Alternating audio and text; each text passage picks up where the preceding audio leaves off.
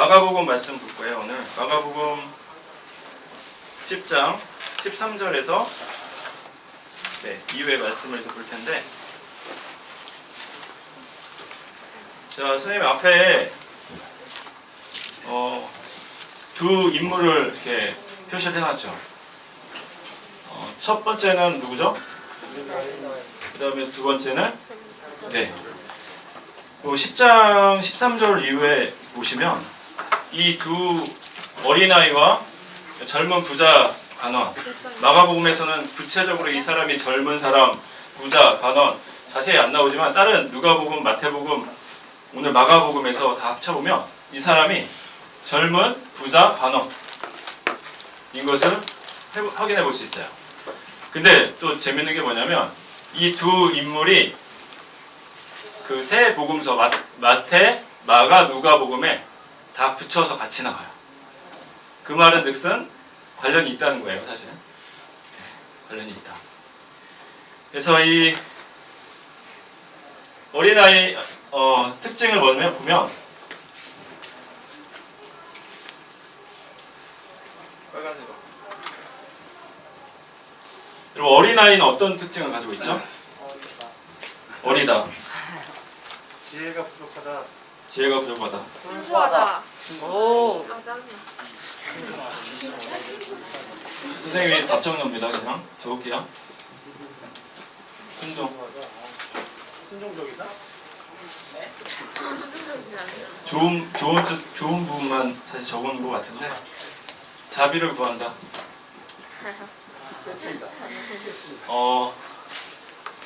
그 속성을 좀 이해하시면 좋아요. 그 다음에 자기의가 아닌 하나님의 의. 그 다음 여기는 반대로 뭘까요? 젊은 부자 관원. 이 사람이 했던 걸 보면 힌트가 얻을 수 있어요. 제사. 또 대충 나오죠. 율법. 또 거만. 교만. 그걸 같이 묶어서 자기의 의 한자로 쓸 수 있는 분. 의. 한자 요즘 안 배워요, 학교에서? 근데 위너. 양 우리 알죠? 양의 자기 나 이거 맞죠? 양의 내가 있는 모습. 의.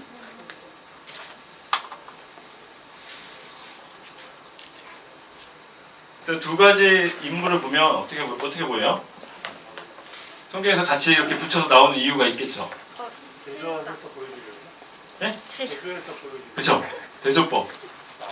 우리가 좋아하는 대조법. 한번 성경을 읽어볼게요. 13절에서 22절까지입니다. 자기가 목소리가 좋다. 우리 오늘 새로운 친구 목소리가 좋던데 그 친구한테 좀 부탁을 할까요? 13절에서 22절. 13절. 마가복음 10장 13절에서 22절. 사람들이 예수께서 만져주심을 바라보고 어린아이들을 데리고 오매 제자들이 꾸짖거늘 예수께서 보시고 노하시어 이르시되 어린 아이들이 내게 오는 것을 용납하고 금하지 말라. 하나님 나라가 이런 자의 것이니라. 내가 진실로 너에게 이르노니 누구든지 하나님 나라를 어린아이와 같이 받들지 않는 자는 결단코 그것에 들어가지 못하리라 하시고 그 아이들을 안고 그들 위에 안수하시고 축복하시니라. 예수께서 길에 나가실새 한 사람이 달려와서 꿇어안아 묻자오되 선한 선생님이여 내가 무엇을 하여야 영생을 얻으리이까. 예수께서 이르시되 내가 어찌하여 나를 선하다 일컫느냐. 하나님 한 분 외에는 선한 이가 없느니라. 내가 계명을 안 하니 살인하지 말라, 간음하지 말라, 도둑질하지 말라, 거짓 증언하지 말라, 속여 빼앗지 말라. 부모로 공경하라 하였으니라. 그가 여짜오되 선생님이여 이것은 내가 어려서부터 다 지켰나이다. 예수께서 그를 보시고 사랑하사 이르시되 네게 아직도 한 가지 부족한 것이 있으니 가서 내가 있는 것들을 다 팔아 가난한 자들에게 주라. 그리하면 하늘에서 보화가 내게 있으리라. 그리고 와서 나를 따르라 하시니 그 사람은 재물에 많은 고로 이 말씀을 인하여 슬픈 기색을 띠고 근심하며 가니라. 맞습니다. 자, 오늘 두 어린아이와 그 마가복음에서는 구체적인 이 사람의 신분을 나타내고 있지 않지만 다른 신약에서는 젊은 부자 관우. 젊어요. 굉장히 젊은데 심지어 부자야. 영앤 리치. 그 다음에 심지어 관원. 뭐야? 그 권력까지 가지고 있어. 심지어. 사실 요즘 말대로 치면 가진 거 다 가진 사람이에요. 네. 더 이상 사실 네. 근데 이 사람이 예수님께 오죠. 제가 율법을 다 지켰는데 어떻게 영생 얻을 수 있어요? 그래서 어떻게 했어요? 예수님께서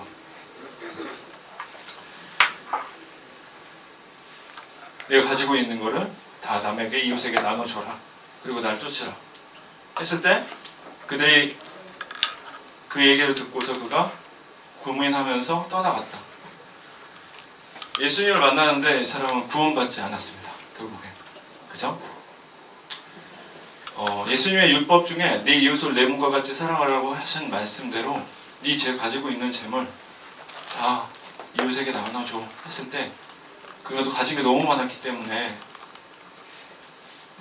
할 수가 없었어요. 성경에서는 큰 흐름이 이렇게 흘러가요. 젊은 관원이 있고 이 어린아이가 있어요. 크게 보면 성경을. 이 젊은 관원 같은 경우는 어때요? 하나님께 화살표가 어디로 가 있죠? 드리는 모습이죠. 드리는 모습. 이 사람은 제사를 드리고 율법을 지키고 심지어 그것이 자기가 돼서 하나님께 드리려 했어요.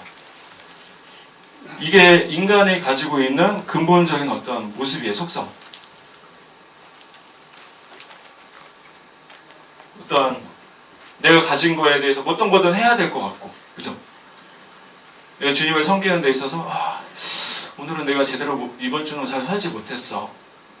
마음이 이상한 것 같아. 자꾸 내 마음이 불편하고 이렇게 하면 나 구원 안 받은 것 같은데 자꾸 자신의 구원을 의심하게 되고 성경에서는 사실 이 젊은 우리가 젊죠. 여러분들 젊죠. 부자 있어요? 네, 부자 없죠. 근데 부자 되고 싶잖아요. 솔직히. 부자 되고 싶은 마음도 부자랑 크게 다르지 않아요. 같다고 보시면 되고 관은 뭐예요? 우리가 권력 얻고 싶죠. 나이가 들수록 이런 거 할 수 없잖아. 이거 나이 들수록 돈 벌 수 있잖아요. 결국에는 부거든요. 아니, 권력이거든요. 사람의 어떤 욕심의 근본적인 결과라고 보면 되는데 성경에서는 이 사람을 죄인, 구원받아야 될 자라고 말해주고 있는 거예요. 이게 누구다? 이게 우리다. 우리 모습이다. 쉽게 얘기해서.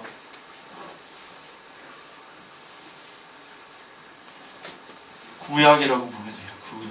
구약의 모습. 제사를 드리려 했죠. 예수님께서. 하나님께서.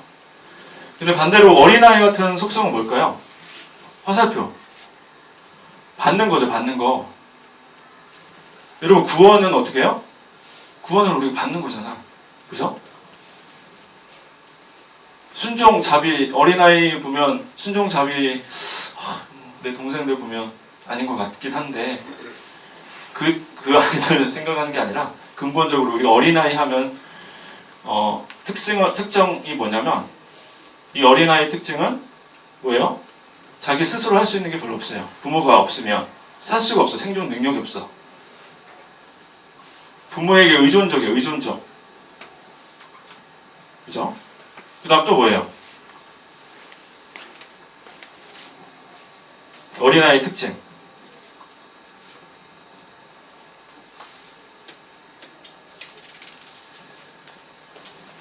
자신감이 없어요.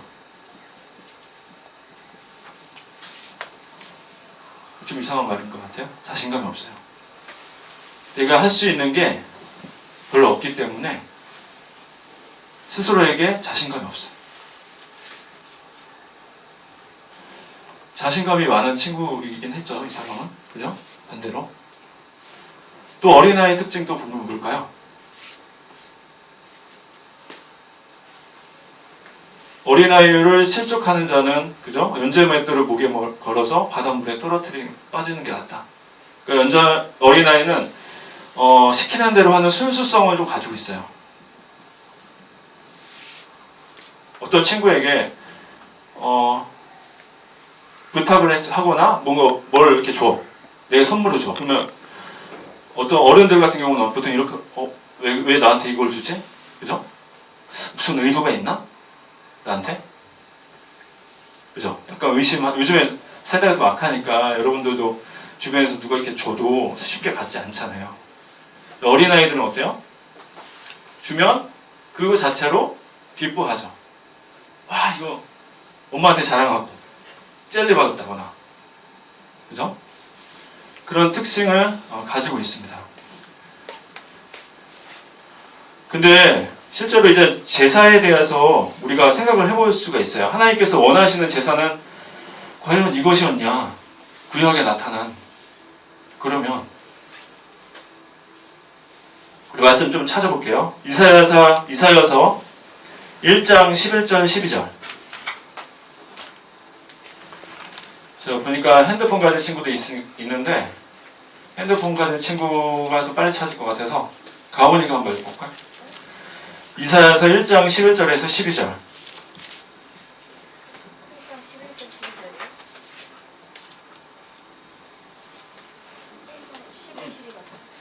여호와께서 말씀하시되 너희의 무수한 재물이 내게 무엇이 유익하뇨? 나는 순양의 번제와 살찐 짐승의 기름에 배불렀고 나는 수송아지나 어린 양이나 수념소의 피를 기뻐하지 아니하노라. 너희가 내 앞에 보이러 오니 이것을 누가 너희에게 요구하였느냐? 내 마당만 밟을 뿐이니라. 분명히 우리 구약에서 하나님께서 제사를 지내라고 했죠. 우리에게 죄를 지었으면. 근데 여기서 어떻게 말해요? 내가 그 제사를 뭐예요? 기뻐하지 않아요. 이상하죠? 어떻게 하라는 것이지?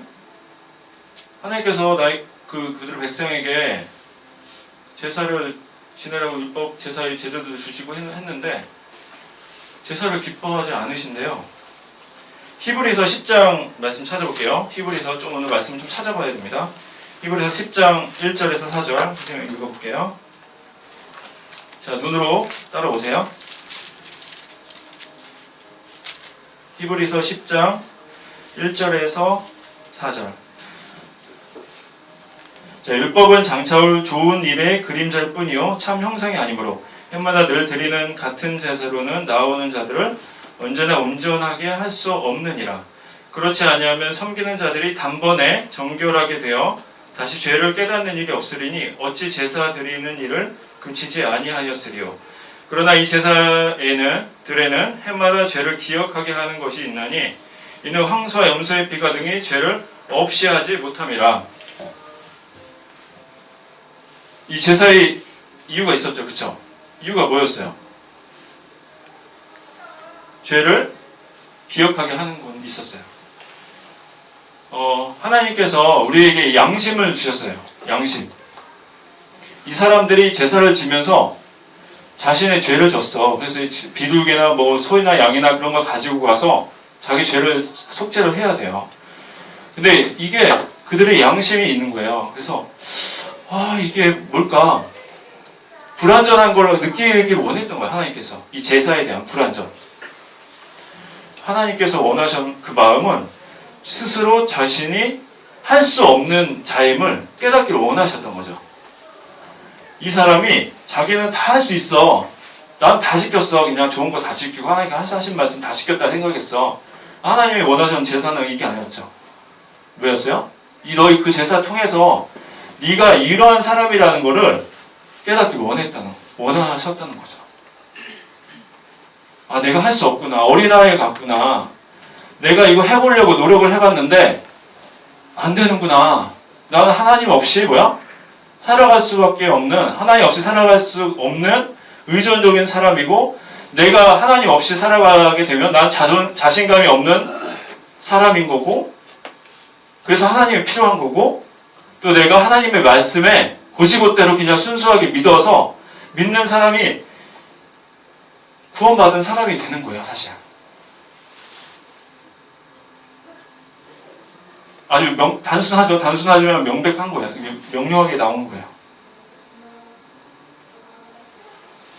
그래서 우리가 제사를 통해서 우리가 온전하게 스스로 동물이나 뭐 어떤 피로 통해서도 해결할 수 없었던 것을 분명히 알기를 원하셨습니다. 마태복음 9장 말씀 찾아보겠습니다. 마태복음 9장. 요즘 말씀을 여러분들 많이 찾게 되는데 찾아보는 연습이 좀 필요합니다, 여러분. 9장 12절에서 13절 읽을게요. 예수께서 들으시고 이르시되 건강한 자에게는 의사가 쓸데없고 병든 자에게라야 쓸데있느니라. 너희는 가서 내가 긍휼을 원하고 제사를 원하지 아니하노라 하신 뜻이 무엇인지 배우라. 나는 의인을 부르러 온 것이 아니요 죄인을 부르러 왔노라.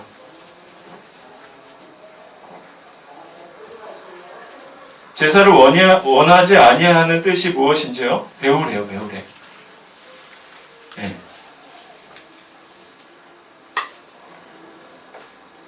내가 죄인인 것을 우리가 알아야 된다는 거예요. 이 어린아이는 하나님께서 심지어 이렇게 안아주시고 사랑을 해주시는 존재입니다.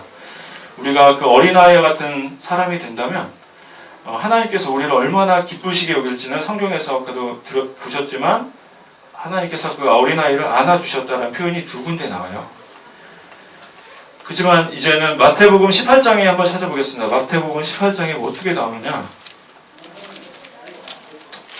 2절 3절에 보면 제가 읽을게요. 예수께서 한 어린아이를 불러 그들 가운데 세우시고 이르시되 진실로 너희에게 이르노니 너희가 돌이켜 어린아이들과 같이 되지 아니하면 결단코 천국에 들어가지 못하리라. 어린아이들처럼 이런 낮아진 속성 중에 낮아짐도 있어요. 이런 속성들을 어린아이와 같지 아니하면 천국에 들어갈 수 없대요. 그럼 우리가 결론적으로 어떻게 하면 여기에 어린아이 같은 믿음, 이런 상태가 될 수 있느냐라는 걸 우리가 질문을 해볼 수가 있겠죠. 그죠?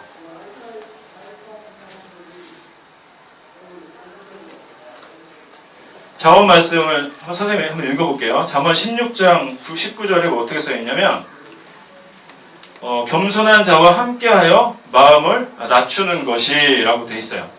겸손한 자와 함께 있어 마음을 낮추는 것. 우리가 겸손할 수 있을 수 있는 비결이 뭐냐면 잠언에서 나오기에는 겸손한 자와 같이 있을 때 낮아질 수 있다고 그래요. 오늘 주일 말씀에서도 그런 말씀을 좀 하신 것 같은데 우리가 겸손함의 대상이 누구죠? 겸손하셨던 분이 누구죠? 이 땅에서 유일하게 겸손하셨던 분. 예수님이죠. 우리가 사람이 겸손해질 수 없죠. 사실 어떻게 보면. 사람은 유한하기 때문에 그 죄를 가지고 있기 때문에. 여기서 말하는 잠언서에 말하는 겸손한 자라는 것은 하나님과 우리가 같이 있으면 낮아질 수 있다는 거예요. 예. 이렇게 될 수 있다. 이 속성을 가질 수 있다는 거예요. 어렵지 않죠. 마태복음 11장 한번 찾아볼게요. 11장 29절 30분까지만 할게요. 마태복음 11장 29절 누가 한번 읽어볼까요? 상엽이요.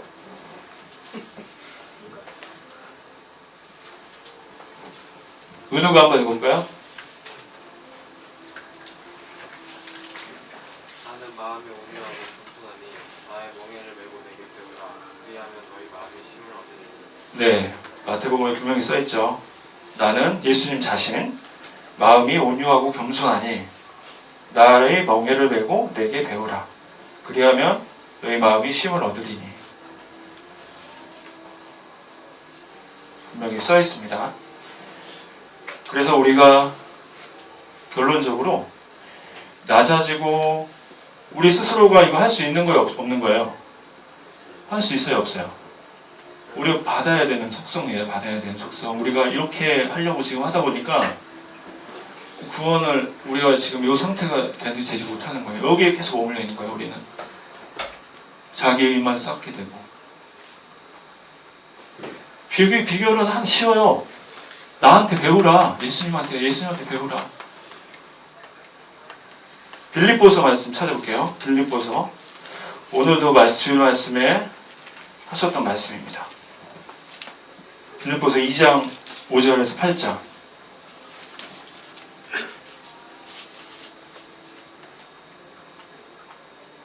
자기가 읽고 싶다. 저요 어?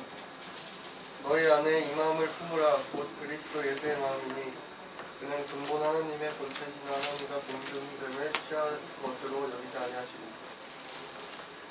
오히려 자기를 비워 종의 형체를 가지사 사람들과 같이 되셨고 사람의 모양으로 나타나사 자기를 낮추시고 죽기까지 복종하셨으니 그 십자가에 죽으심이라. 낮아지시고 겸손하신 예수 그리스도를 나타내고 있습니다. 마지막으로 히브리서 10장 5절. 아까 제사에 대해서 말씀을 하시면서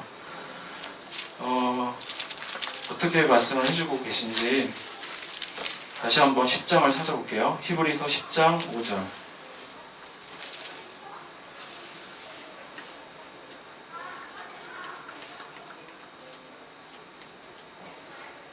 유찬이가 한번 읽어볼까요?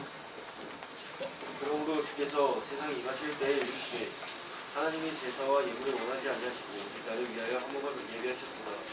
네, 분명히 나오죠. 제사와 예물, no. 그죠? 누구요? 누구를 누구를 예비했다고요? 한 몸. 한 몸 누구예요? 한 몸. 누구죠? 한 몸?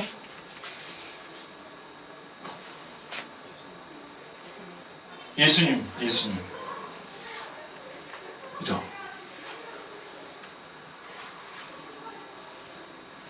우리가 왜 예수님이 필요한지 알겠죠? 예. 우리가 왜 말씀을 읽어야 되는지 알겠죠? 구원받으려면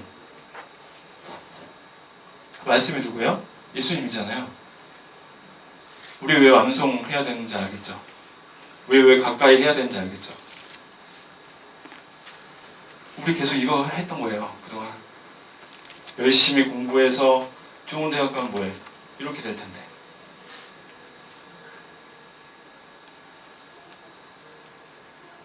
예수님 계속 그 얘기 하시는 거예요. 성경에 오셔서 어린아이 같은 얘기 계속 하시는 이유가 다 이 속성 너희들 이거 필요하다. 너 구원 받아야 된다. 너희는 어린아이처럼 나 구원 받아야 된다. 나한테 주려 하지 마. 니네 줘봤자 우리가 하나님께 드릴 게 뭐가 있겠어요, 솔직히. 이거 해보면 너네 결국엔 안 되는 거 알 거야. 그거 양심 하나님께 주셨어. 그 양심 가지고 너 이렇게 돼. 인정해. 사울은 그러잖아요. 사울은 하나님께서 아말렉을 쳐서 그 모든 다 쓸어버리라고 했거든요. 근데 자기가 가진 좋은 걸 가지고 남겨뒀어요. 그랬을 때 사무엘이 왜 남겨놨나 했을 때 하나님께 드리려고요. 좋은 의도 같죠? 사울이 그렇게 한 거는. 하나님은 그거 원하지 않아. 하나님의 말씀은 그냥 그대로 하라는 거예요. 우리가 그냥 말씀을 변조하지 말고 우리 생각을 집어넣지 말고 그냥 순수하게 그 말씀대로 받아들이기 원하시는 거예요. 우리가 99%의 믿음이 우리 스스로에게 있다 하더라도 1% 때문에 지옥 가는 거 알죠? 이 1% 누구한테 줘요? 하나님이 주셔야 돼요. 여러분들이 구원받고 싶은 마음이 99%일 수도 있어요. 근데 그 1% 하나님께 받지 않으면 지옥 가는 거예요.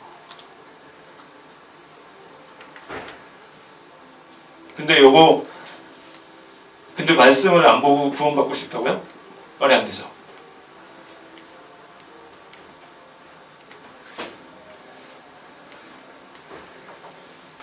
우리 이 사람만큼 이 사람의 퍼센테이지 따지면 우리 한 5% 따라갈 수 있을까?